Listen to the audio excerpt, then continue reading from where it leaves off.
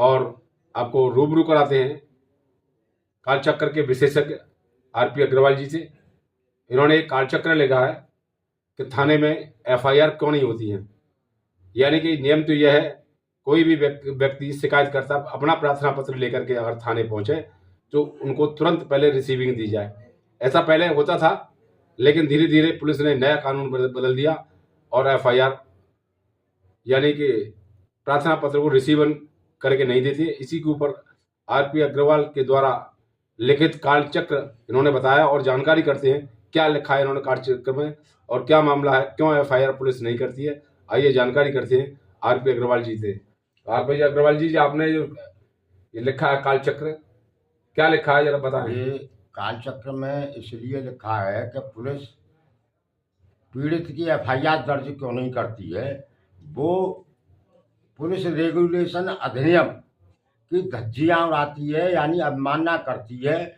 और उसके अध्याय 10 के बिंदु 97 में स्पष्ट लिखा हुआ है कि जो भी पीड़ित व्यक्ति अगर थाने में अपनी लिखित तहरीर दे तो उसे रिसीविंग कॉपी दी जाए।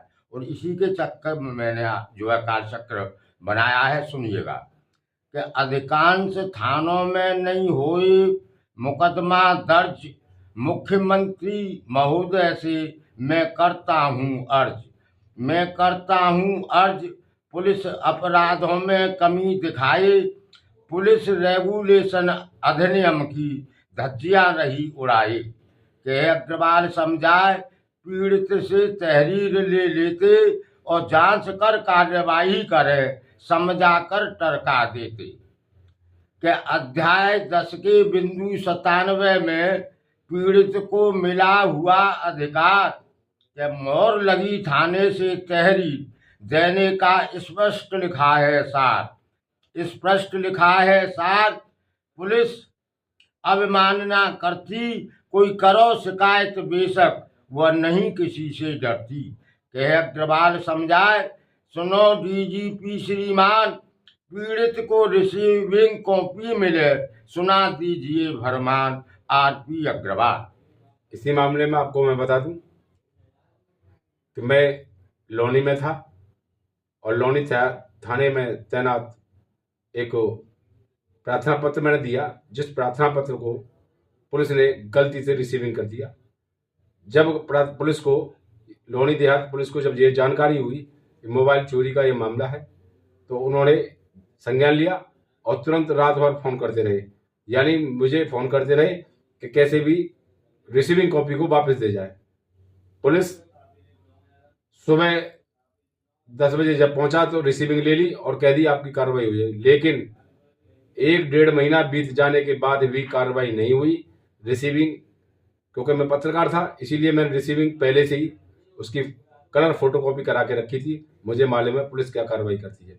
लेकिन आपको यह भी बता दें, जब हम प्रार्थना पत्र को लेकर वहां पहुंचे तो उन्होंने प्रार्थना पत्र दूसरा लिखवाया, प्रार्थना पत्र वहां से गायब कर दिया गया और चौकी कस्बा के लिए भेज दिया गया। तो कस्बा चौकी पर पुलिस वालों की करतूत आपको बताएं, उन्होंने गुमशुदगी का प्रार्थना पत्र फिर एक और लिखवा लिया जिसमें मेरे हस्ताक्षर भी नहीं थे। और पुलिस ने क्या षड्यंत्र रचा, यानी इंचार्ज के द्वारा तो किसी भी तरह की कोई कार्रवाई नहीं की गई, यानी इंचार्ज तो कुछ बोले नहीं। वहां एक इंचार्ज है जो कि हम उसे इंचार्ज ही कहेंगे क्योंकि सब देख रेख सारे संरक्षण में वही करता है, जिसका नाम है नीरज राठी। ये एक पुलिस कांस्टेबल है। इसने क्या हुआ, महिला से मिलकर साठगांठ कर उल्टा ही उससे प्रार्थना पत्र लिखवा लिया गया, यानी पत्रकार के विरुद्ध, यानी पत्रकार को फंसाने का कितना बड़ा षड्यंत्र पुलिस के द्वारा किया गया। और रिसीविंग भी हमारे पास थी, जबकि मैं ट्विटर कमिश्नर के लिए भी कर चुका था, लेकिन पुलिस ने अपनी कोई कसर नहीं छोड़ी, यानी फंसाने का षड्यंत्र रचा। यानी कस्बा लोनी देहात पुलिस के द्वारा किस तरह षड्यंत्र रच करके लोगों को जाल में फंसाया जाता है, ये सीधा साधा हम आपको बता रहे हैं। क्योंकि इसी के आधार पर आरपी अग्रवाल जी ने कालचक्र लिखा है, क्योंकि बिंदु 27 में दिया गया है कि कोई भी व्यक्ति पीड़ित अगर थाने पर आता है, प्रार्थना पत्र देता है, तो उसको तुरंत रिसीविंग दी जाए। पहले ऐसे रिसीविंग देती थी, लेकिन पुलिस फंसती नजर आ रही थी, इसीलिए उन्होंने रिसीविंग देना बंद कर दिया। यानी सब कानून पुलिस का ही चलता है। इसी को तो कहते हैं पुलिस कैसे रस्सी का सांप बनाती है। तो ये कालचक्र आपने आरपी अग्रवाल जी का सुना। देखते रहिए क्रांतिकारी खबर के साथ पत्रकार रूप किशोर राजपूत की रिपोर्ट। और अभी आपको धीरे धीरे हम कस्बा चौकी जो लोनी देहात में पड़ती है इसकी काला चिट्टा खोलते रहेंगे और बताते रहेंगे किस तरह के कार्य करती है, किस तरह के लोगों के साथ ठगी करती है। कमिश्नर महोदय इसका हमारे कालचक्र पर संज्ञान दें और देखें पत्रकार को फंसाने का षड्यंत्र कैसे रचती है कस्बा पुलिस चौकी के द्वारा।